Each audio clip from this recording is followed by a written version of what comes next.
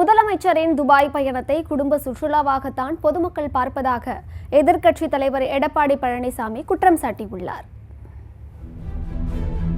சேலம் மாவட்டம் ஓமலூரில் அதிமுக புறநகர் மாவட்ட அலுவலகத்தில் நடைபெற்ற கட்சி அமைப்பு தேர்தல் பணிகளை பார்வையிட்டார்.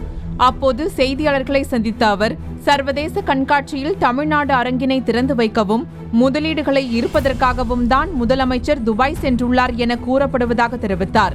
ஆனால் முதலமைச்சரின் துபாய் பயணத்தை குடும்ப சுற்றுலாவாகத்தான் பொதுமக்கள் பார்ப்பதாக விமர்சித்தார்.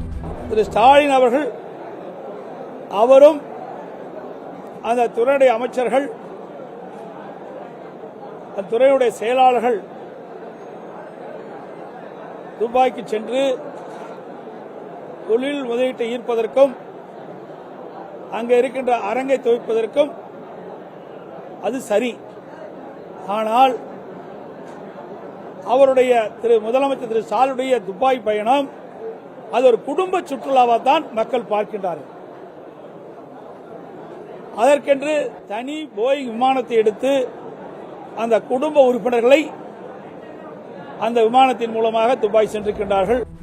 துபாய் சென்றது தமிழ்நாட்டிற்கு தொழில் முதலீட்டை ஈர்க்கவா, குடும்பத்திற்கு புதிய தொழிலை தொடங்கவா என கேள்வி எழுப்பிய அவர், குடும்பமே துபாய் பயணம் சென்றது தனிப்பட்ட காரணத்திற்காகத்தான் என மக்கள் பேசிக் கொள்வதாக தெரிவித்தார்.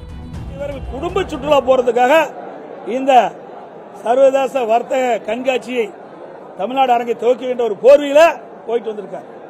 மக்களுக்கு நன்மை செய்யவில்லை, இங்க தமிழ்நாட்டுக்கு தொழில் முதலீட்டை ஈர்க்க போனாரா இல்லது தொழில் முதலீடு செய்ய போனாரான்னு மக்கள் கேட்கிறாங்க. அதை நாங்கள் சொல்லித்தானே ஆகணும்.